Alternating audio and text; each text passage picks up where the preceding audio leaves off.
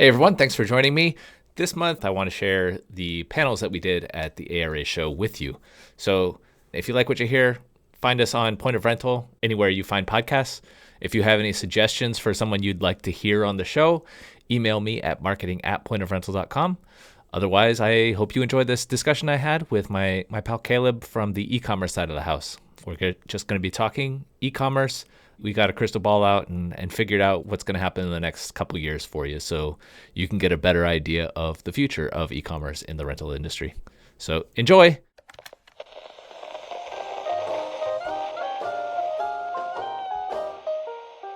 Welcome to the Front Porch with Brian Beaudry.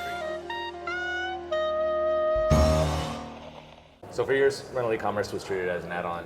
That's something you turn on and you hope it works. Now it's exposing operational gaps, pricing inconsistencies, inventory accuracy issues, and payment friction in ways we can't ignore. So I've got Point of Rental's e-commerce expert, Caleb Young. Hi, Caleb. Wow, that's a lot of pressure, but yes, I lead the global strategy for Point of Rental and our e-commerce solutions. Wow, that sounds like even more pressure. But all right, so we're going to talk about e-commerce in the rental industry as it stands, where rental companies are struggling, what customers are actually demanding, because you've been standing at the booth with them for the past couple days. Yeah. And what tools are creating real advantage, not just fluff. When rental businesses are coming to you about e-commerce, what are they asking you to fix? What pain? What's the actual pain? Yeah, it's digitalizing the workflows that they experience at the counter, and it's, hey, look, when my customer calls me, we go through this process, and it's making sure that we're not changing and altering an existing process, but we're digitalizing that so that it adheres to a current workflow that they already use. So for instance, you call the store, it should be no different if you call versus submitting an online order. And the voice of customer that we hear from our customers is, look, we need X, Y, and Z steps. And so Point of Rental has invested heavily in e-commerce to be able to make sure that we're not moving customers' cheese, if you will, right? Like, we've all read the book, we understand, but we need to understand the current workflows and then digitalize those. So that includes not just the digital catalog and checking out, but it also includes e-sign, ID verify, checkout payments, ACH payments, all of those things that we can automate and digitalize behind the scenes helps give them time back in their day. And that is the exciting piece. That's what gets our teams up in the morning, is solving those challenges and those problems. So super excited to see those workflows get digital, but also, as you mentioned, we're at the floor at ARA, great show. And what I have seen is that we are checking those boxes, and e-commerce is digitalizing those flows to streamline all of it. So super excited to see all that come to life. Awesome, and that is all something that can be digitalized. I didn't even think about the ID thing and all of that kind of stuff. Awesome. Absolutely, yeah. All right, so where do we see rental e-commerce break down the most often? Because I'm always a negative guy. So is it inventory accuracy, pricing complexity, logistics? Yeah, I think there's a few things. I think that where we see it break down are a lot of edge cases, a lot of, hey, look, I charge more on Saturdays than I do on Thursdays, so we need dynamic pricing. I have different needs because I'm in event versus I'm in equipment. So there's some styling changes, there's some jargon and verbiage that changes in that process. But I also think it's hours of operation. It's, hey, look, if Thanksgiving is on Thursday, I rent something on Wednesday, I shouldn't get billed for a holiday, right? And so there's just nuance in there and edge cases. We can solve rental. We've been around for 40 years. We understand that. We can solve for rental, but the edge cases are the things that we continue to digitalize and to be able to support customers with. And then the last thing that I would mention is items need optimized images, optimized descriptions, running item detail superchargers through AI to make sure that they're able to be found. Like, those are things that we're helping clean up on the back end by leveraging e-commerce. So there's a lot of true value in what we do, but it is exposing some of those challenges as well. Yeah, I was going to say, you mentioned the supercharger. Is that something that you were running into earlier, where like people were having their product description that they had for internal use, and it's like customers don't necessarily understand, okay, that doesn't mean anything to me then? Nailed it. Absolutely. There's a difference in software versus what you want to show to consumers. And so you nailed it on the head. The item detail supercharger helps bring that forward. but also help solve those challenges on behalf of the customer, because that is a significant challenge and undertaking to clean that data up as well. So you mentioned a lot of things that are important. How important are things like real-time availability and transparent pricing to conversion? Because I know that converting is a big, important thing in e-commerce. So how important are those things? Yeah, availability is something that our industry continues to adopt. I will, say availability it can be turned on and off. There's a lot of configurations that are needed behind that and guardrails behind availability, because there's so many pieces and moving parts that happen within the rental process.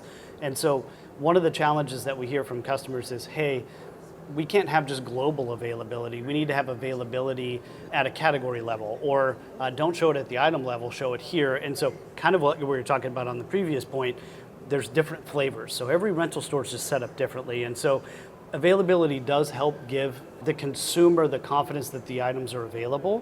What we're also hearing is, don't show quantity, but show that it's simply available or not available. Like, make it simple, make it consumerized, so that you're not saying, hey, I have 3 of these available, and it's just show that it's available. So there's a bunch of things like that. You mentioned availability. What was the other item that you mentioned? Transparent pricing. Oh yeah, we kind of touched about that on the last one, but dynamic pricing, the ability to run special rates, to have customer-specific pricing. So Brian, you and I do business together for 10 years. You give me somebody gets a discount. Yeah. So you get a discount, and when you are logged in and you check out, that pricing adheres and gives you that discount. And so I think there are things like that help build loyalty, help give the consumer more confidence and reputation to do business with that customer, and it makes them more relational, because the fear is that e-commerce takes out the relational aspect. It doesn't. It complements it. It's a vital piece of the organization in order to just digitalize that workflow. That's all we're trying to do. Yeah, I was going to say that's something that I definitely have heard from a lot of people who I've talked to at the booth. We really pride ourselves on our service, and we're a little concerned that the e-commerce would take away from that. We want them to talk to our guys. Right, yeah, but it actually accentuates it, because now I actually have my core information, and now I can build an accurate quote, I can build the next steps, and I can focus on the relationship versus what are your dates, what are the things, like I know my normal progression, so I'm not taking anything away from the relational side, I'm helping complement that, if anything, and e-commerce does that as a whole. There's a lot of e-commerce models out there, like I just want to be clear, like e-commerce is the thing that will help complement that process, not just point of rental. All right, what e-commerce features are table stakes at this point? Like, what does everyone is like, hey, you have to have this. Like, if you're e-commerce, you have it. I think it's self-service. So a lot of consumers today expect the Amazon experience, so whether we like it or not, it's here, right? Like, you're used to buying online, you expect to be able to log in, to be able to manage your payment methods, or have a wallet function to where you can manage, add, edit, delete those payment methods. Are you watching my doorstep? Is that how you know all of this? That is correct. Okay. Yes. Okay. Well. And then in addition to that, I do believe that one of the things that people need to be aware of is the transparency of what you have available, making sure that it adheres to the normal, like the less clicks, the better. Yeah. Because the more a consumer has to click and has to navigate that catalog, the more difficult it's perceived that you're just harder to do business with at that point. And so from our side of the house, we want to make sure that it's as seamless as possible, as few of clicks as possible, and self-service.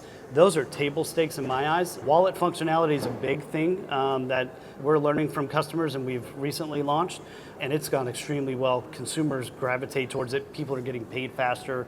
That's the benefit of e-commerce. All right, what's wallet functionality? I'm not an e-commerce guy, so I don't know anything. So wallet functionality is, are you an Amazon user? I am an Amazon user. So when you sign in... You told me this when you were watching my doorstep. That's right. When you're in Amazon, you can go under your account and you can manage your payment methods. You can likely store many payment methods as well. Those can be credit card, those can be e-check or ACH payments, as they call it. And those are the table stakes functionalities that consumers expect. They don't want to have to call the store. Let's face it, there's a demographic that's growing, and that's the younger generation that expects to not have to pick up the phone. And you've got to be able to have that self-service model that allows them to be able to edit those things on the fly. Yeah, it's terrifying when someone actually calls my phone. It's like, Yeah, Why? exactly No, right. Yeah. don't do That's how that to me. Although I know there are others who don't feel that way, and Yeah. I get it. You can still do the legacy model of that. That's Yeah. totally fine. We can still support. But the growing consensus is that self-management is the way to go. Yeah, and e-commerce just gives you the tools to allow anyone to be served the way that they want to be served. 100% right. Okay. So we had this whole panel yesterday about AI and the future of AI. How is AI going to affect e-commerce? Ooh. Now, again, I'm asking you to predict the future, so please look into a crystal ball. Yeah, I'll look into the crystal ball. I think that one of the biggest challenges that we have in the rental industry is speaking consumer. I think when a consumer goes on to a DIY, so I did a sod project a few months back, and long story short, I had to go back to the store twice just to go and get more things that I didn't think about getting, right? That I'm sounds like admitting me every that. time I do a Yeah, project. exactly right, Yeah. yes. My wife makes fun of me for it, we all have a laugh, we move on. But one of the things that I learned in that process is that if a rental store in a catalog isn't able to be searched, and you have to navigate that and know what you want, there's a disconnect. And so where I see us leveraging AI is two places. On semantic search, meaning that if I have a typo, if I think I know what I need, it gives me other recommendations for that. And so improving search using AI so that it knows what you're looking for, et cetera. The other piece of that is a project-based catalog. So you could say, I'm building a deck. I am doing a sod project, whatever that may be, and it would actually scour the catalog, add the items to the cart, show you what you actually need for that project, give you a project cost. And one of the voice of customer items that I loved was, hey, we have preferred vendors that we like to work with and that we want to promote their business, and can we offer them as, if you don't want to do this yourself, hire Brian. Talk to my buddy. Right, exactly right. And so making sure that that's still relational, but also making sure that we're speaking consumer and getting out of our own way on expecting a consumer to know exactly what they want to complete their job is an arduous task. And so cleaning that process up, making that more seamless is table stakes for our customers right now. Yeah, absolutely. I mean, the reason that you go to the rental store is you want that expertise, you want that knowledge to help you get the job done. Absolutely. Okay, one thing that I've seen come up a lot when people are concerned about having pricing on their websites is they're worried about, okay, now I'm competing with national chains on price. How do people differentiate themselves from the national chains with the e-commerce experience without having them have to come into the store? I think I would reframe that. And I think that the big box guys, what they're able to do is they've invested millions of dollars into self-service model, AI, making things really easy, like agentic commerce is a buzz term right now as well. I think we as e-commerce set the playing field and level that playing field by providing similar functionality, but not at the $1 million price tag, right? Like we're not charging $1 million? We're not, unfortunately, good. yeah. But we are driving the profitability and the revenue for those stores by giving them self-service model and also giving them the ability to have the customization that they need in their catalog. You know, showing things on a website versus hiding things on a website, changing out different layouts so that certain products that sell seasonally show before the other ones do. Like, those are table stake things that I think help us compete with those big box retailers and also help drive revenue for our direct customers, but also help level that playing field. I think that's a really important note.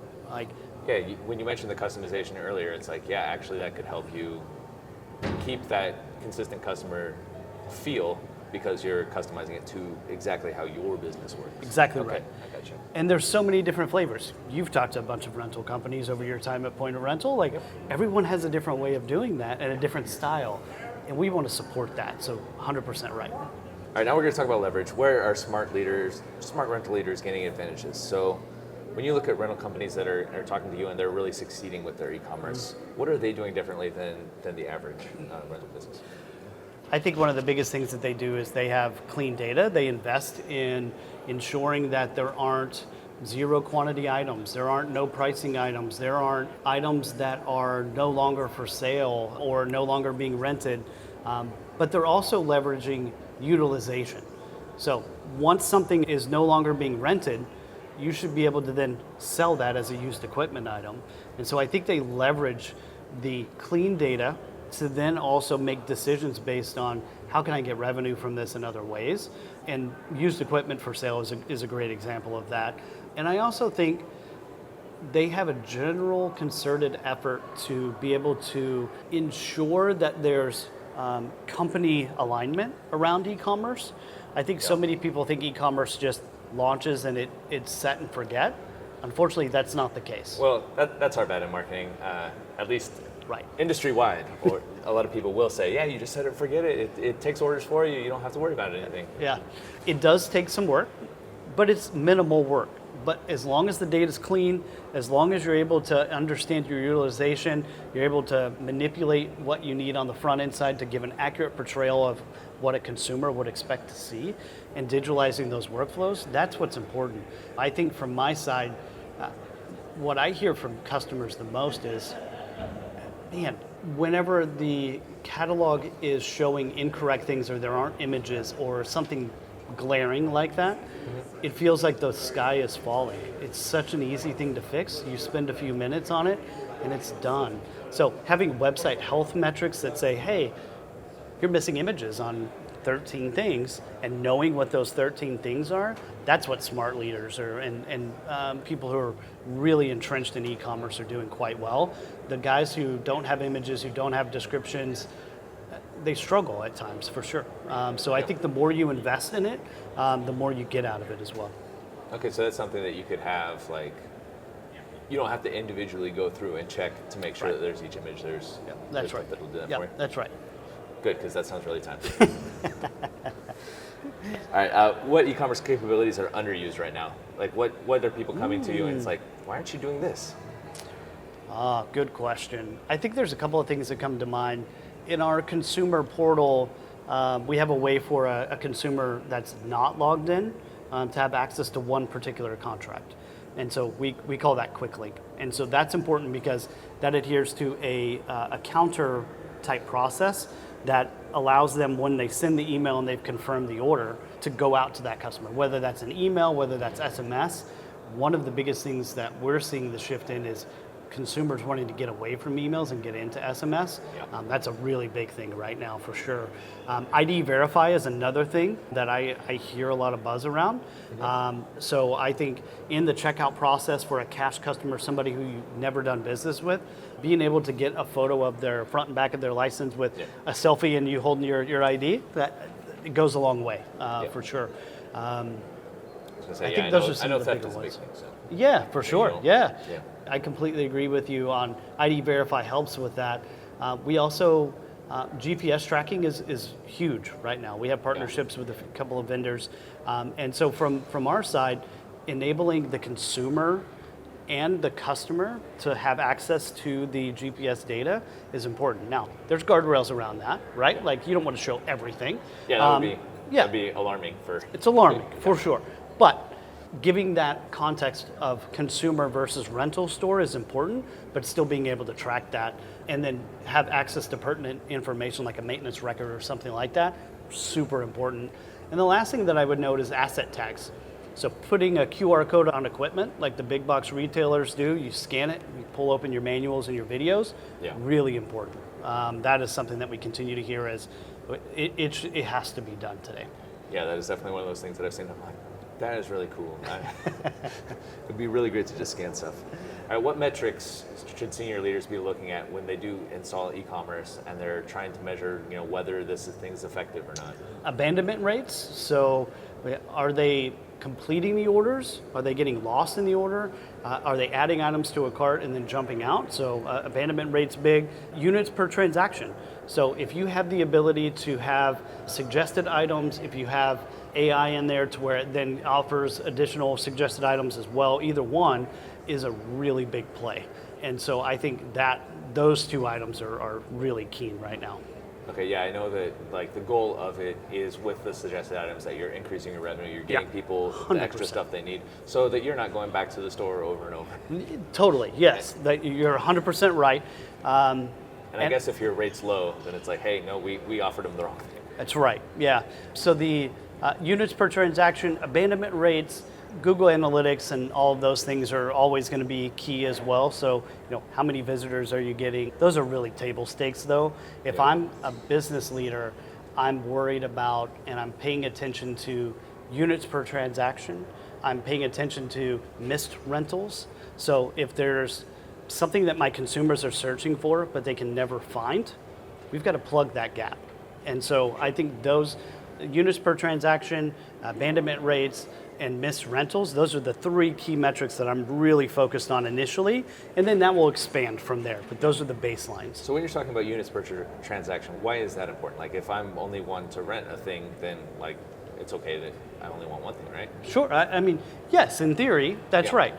However, how beneficial is it whenever you go and you're suggested not alternatives, but items that relate to that? So you've been on Amazon and it says, hey, when somebody bought this, they typically bought this with it as well.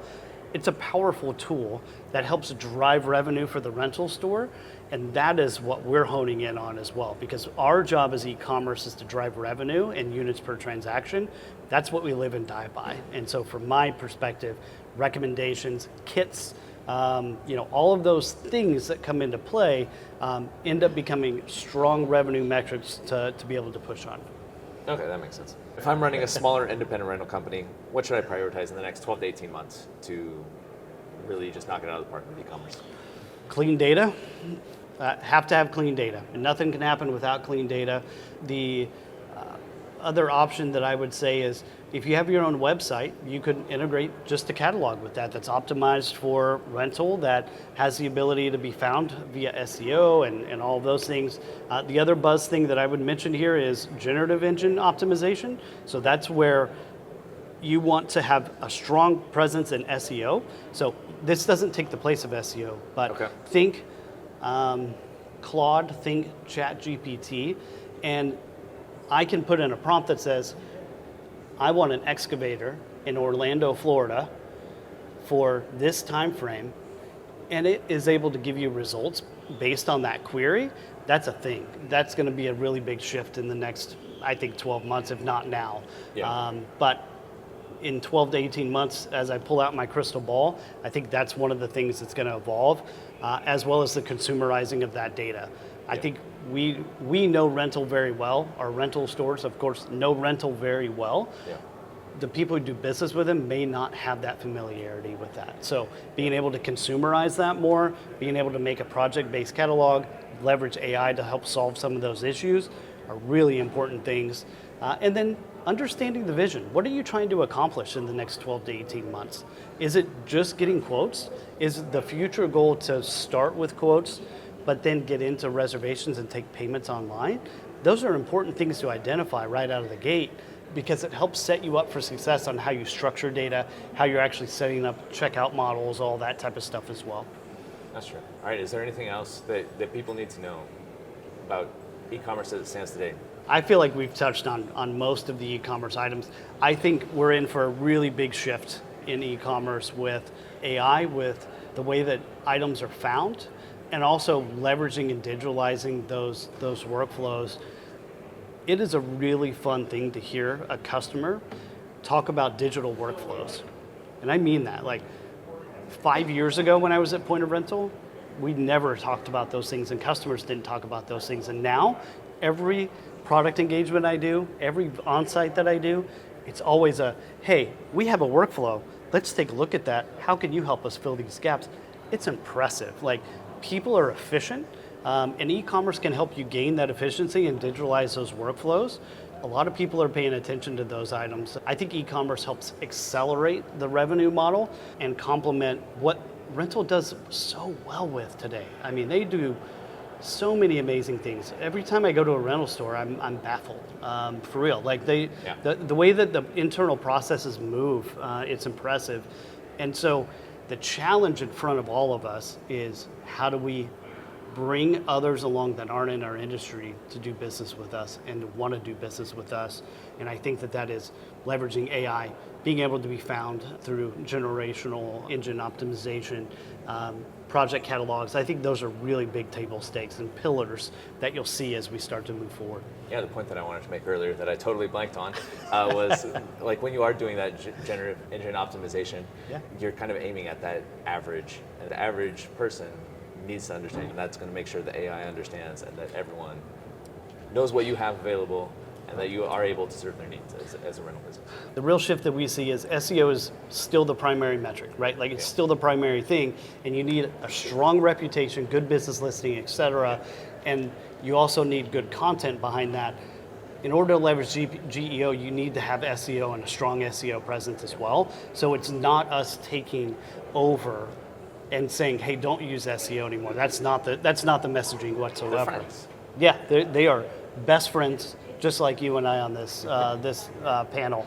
But I do think that there's going to be a big shift there, for sure. And I can say from my seat, although I am in tech, I don't use Google anymore. I don't search on Google. I use chat, I use Claude, I use those things now, and that's where the consumers are going to start to shift. So I think that's a big call out. Awesome. Well, thank you for joining me today. It was good to catch up with you and to learn more about what's going on the e-commerce side of the house. Thank you for joining me, and have a good rest of your day. Hey, appreciate it. Thank you.